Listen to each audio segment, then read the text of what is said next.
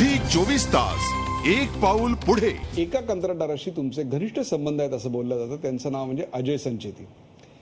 ते खासदार आहेत, त्याहीपेक्षा सुद्धा त्यांच्या कुटुंबातले सदस्य राष्ट्रीय स्वयंसेवक संघाशी संबंधित आहेत, आमदार आहेत।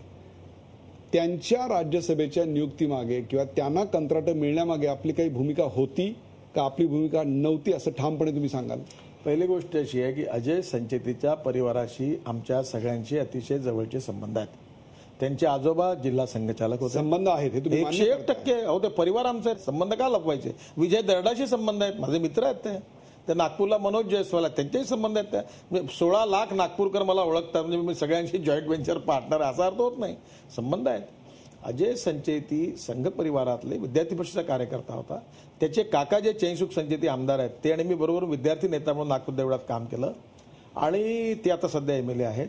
आणि अजय संचेती हा लहानपणापासून आमच्याबरोबर काम करत, तो लहान होता, त्याचा काका आणि मी मित्र होतो आणि त्याच्यानंतर आता त्यांच्या 3 पिढ्याचा धंदा आहे आणि त्यांना मी बांधकाम मंत्री होतो महाराष्ट्राचा, 1 रुपयाचं काम नाही दिलं अजय संचेती कंपनीला। तुम्ही बांधकाम मंत्री असताना अजय संचेतींना 1ही रुपयाचं काम दिलं नाहीत?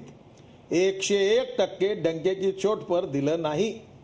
जर माझे संबंध असते पाठव त्यावेळी दिलं नसतं का? मी 8,000 कोटीची कामं दिली, काही संबंध नाही। दुसरी गोष्ट, इरिगेशनमध्ये त्यांना जी कामं मिळाली ती सगळी कामं काँग्रेस राष्ट्रवादी काँग्रेसच्या काळात मिळाली।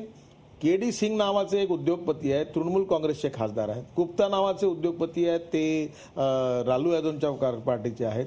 अनिल अंबानी मागे समाजवादी पार्टीचे खासदार म्हणून राज्यसभेत गेले होते आणि काँग्रेसने कित्येक उद्योगपतींना दिले आहेत तिकीट।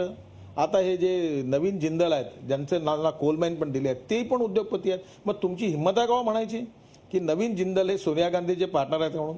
माझा कवडीचाही संबंध कोणा कॉन्ट्रॅक्टरशी नाही आणि कोणी जर हे सिद्ध केलं तर मी राजकारण सोडून देईन, राजकारणात राहणार नाही, तुमच्याकडे मतं मागायला येणार नाही, इतकं परखड मी तुम्हाला सांगतो। झी 24 तास एक पाऊल पुढे।